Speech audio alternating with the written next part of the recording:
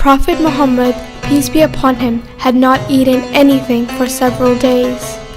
He went to the houses of his wives, but found nothing there to eat.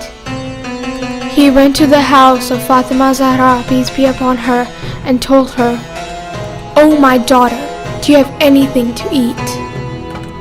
Hazrat Fatima Zahra, peace be upon her, replied, "No, my dear father." As soon as Prophet Muhammad, peace be upon him, left her house, one of the neighbors brought Fatima Zahra, peace be upon her, some bread and meat. Although Fatima Zahra, peace be upon her, and her family were in much need for food, she put it in a dish and covered it, and she said, "I consider the messenger of Allah as being prior to me and my family in this meal." Fatima Zahra then sent Imam Hassan and Imam Hussain after Prophet Muhammad.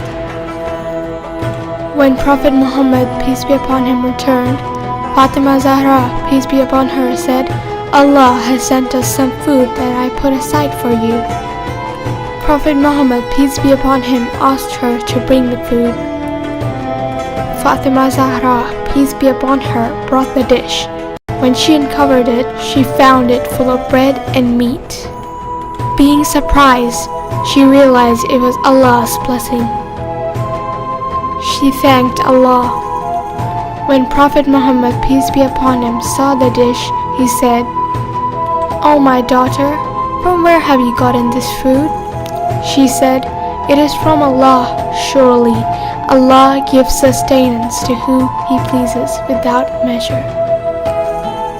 Prophet Muhammad, peace be upon him, praised Allah and said, "Grace be to Allah who has made you similar to the best woman, Maryam of the world, during the time of the tribe of Israelites.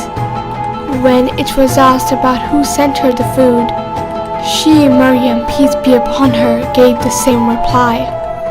Prophet Muhammad, peace be upon him, then sent someone after Imam Ali ibn Abi Talib, peace be upon him.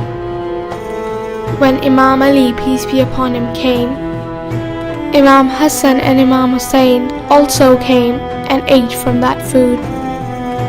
And all the wives ate from that food too, and they gave that food to all the neighbors as well. Allah has blessed that food.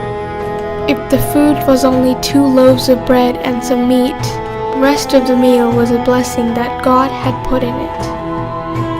Surely Allah gives to whom He pleases without measure.